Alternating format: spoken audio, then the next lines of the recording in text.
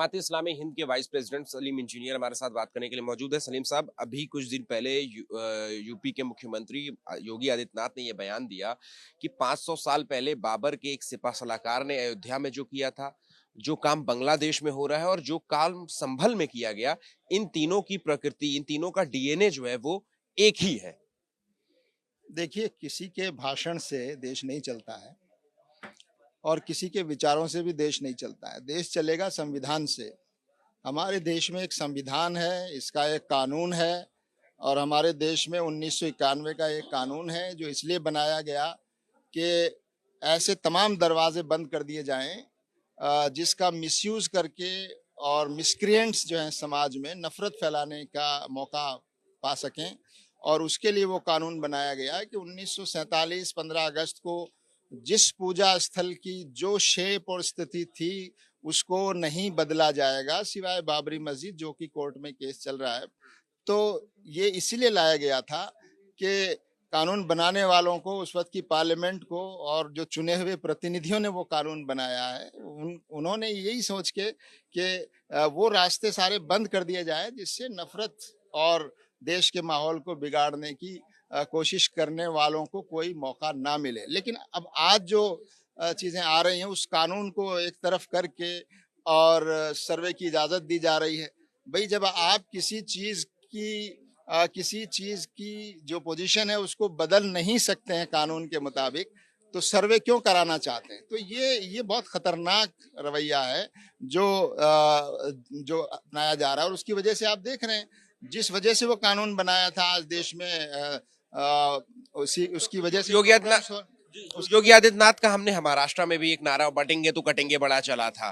फिर उसके बाद अब एक बार फिर से डीएनए की तरफ बता रहे, जो चर्चा है, राजनीतिक चर्चा है, वो डीएनए की तरफ आ रही है कि बांग्लादेश में जो हुआ और जो संभल में हुआ और जो अयोध्या में बाबर के सिपह सलाहकार ने किया, तो इन तीनों का डीएनए एक है।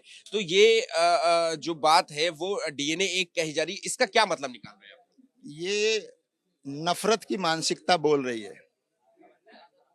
वो एक संवैधानिक पद पर हैं, उन्होंने संविधान की ओथ ली है, वो देश को संविधान से चलाना होगा।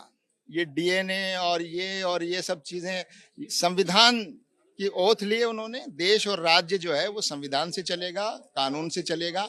संविधान और कानून में जो प्रोविजन है उनका रिस्पेक्ट सबको करना पड़ेगा, चाहे वो मुख्यमंत्री हो या कोई भी हो। संभल की हिंसा पे आपने अभी प्रेस कॉन्फ्रेंस में ये बात कही, पुलिस के ऊपर आपने ये भी आरोप लगाया कि गैर सरकारी हथियार का इस्तेमाल किया गया, लेकिन पुलिस से तो साफ कहना है कि हमारी तरफ से गोली चलाई ही नहीं गई।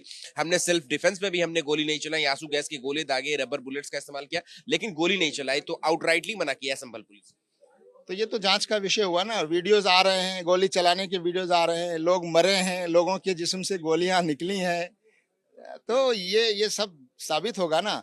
पुलिस एक दावा कर रही है और सबूत दूसरी तरफ बता रहे हैं, तो ये तो एक जांच का विषय है और सबको मालूम है। ये तो एक सच्चाई है कि वहां एक बार सर्वे हो गया था, दूसरी बार सर्वे बगैर कोर्ट की इजाजत से क्यों हुआ, एडमिनिस्ट्रेशन ने उसकी परमिशन क्यों दी, नंबर एक।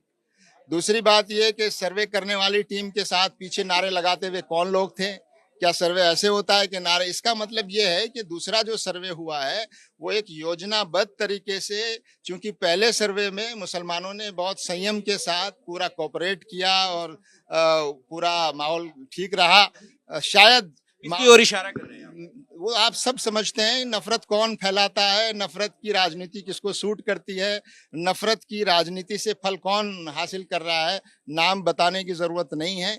लेकिन हमारे एडमिनिस्ट्रेशन को पॉलिटिकल पार्टीज के एजेंडे के मुताबिक नहीं काम करना चाहिए। जो हमारा पुलिस और एडमिनिस्ट्रेशन है उसको कानून के मुताबिक काम करना चाहिए। उसको जो प्रोसेस है कानून का उसको फॉलो करना चाहिए। किसी नेता या किसी पार्टी के या किसी संगठन के दबाव में आकर अगर हमारा एडमिनिस्ट्रेशन काम करेगा तो वही घटना होगी जो संभल में हुई है।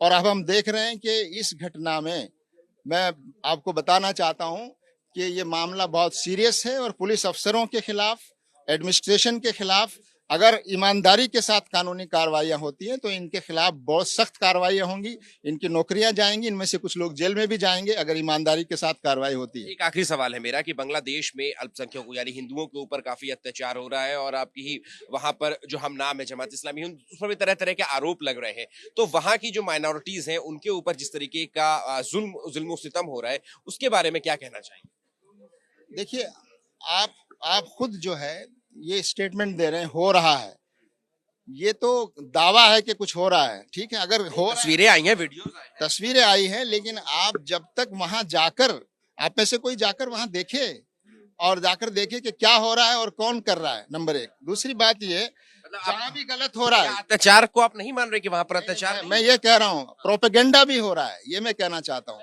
अत्याचार अगर हो रहा है तो उसको रोकना चाहिए, चाहे वो हमारा देश हो या कोई पड़ोसी देश हो या कोई सा भी देश हो। वहाँ जो कमजोर तबके हैं, वहाँ जो अल्पसंख्यक हैं, उनके जान माल की रक्षा होनी चाहिए, उनकी इबादत गाहों की रक्षा होनी चाहिए। ये सरकार की जिम्मेदारी है और ये सभी सरकारों की जिम्मेदारी। दूसरी बात ये, हमारे देश को चलाने के लिए दूसरे देशों का हवाला देना ये बहुत खतरनाक बात है। क्या हमारा देश इस तरह चलेगा जैसे दूसरे देश चल रहे हैं? क्या हमारा देश जो है दूसरों के रास्ते पर चलेगा? क्या हम अपने देश को वैसा ही देश बनाना चाहते हैं जो दूसरी जगह हो रहा है? तो जो गलत हो रहा है वो गलत है। जमात इस्लामी हिंद ये कहना चाहती है कि कोई भी सरकार हो उसकी जिम्मेदारी है अपने यहाँ जो माइनॉरिटीज है और कमजोर तबके के लोग हैं उनकी हिफाजत करना, वो रक्षा करना उनकी जिम्मेदारी है। और अगर कहीं ऐसा हो रहा, अगर कहीं ऐसा हो रहा है तो गलत हो रहा है। हम सीधा सवाल पूछ रहे हैं कि आप मान रहे हैं कि नहीं कि बांग्लादेश में हिंदुओं के ऊपर अत्याचार जो है वो किया जा रहा है, ये मान रहे हैं कि नहीं? नहीं, मीडिया रिपोर्ट्स ऐसा बता रही हैं, मीडिया में ऐसी बातें आ रही हैं। अगर ऐसा हो रहा है तो गलत हो रहा है।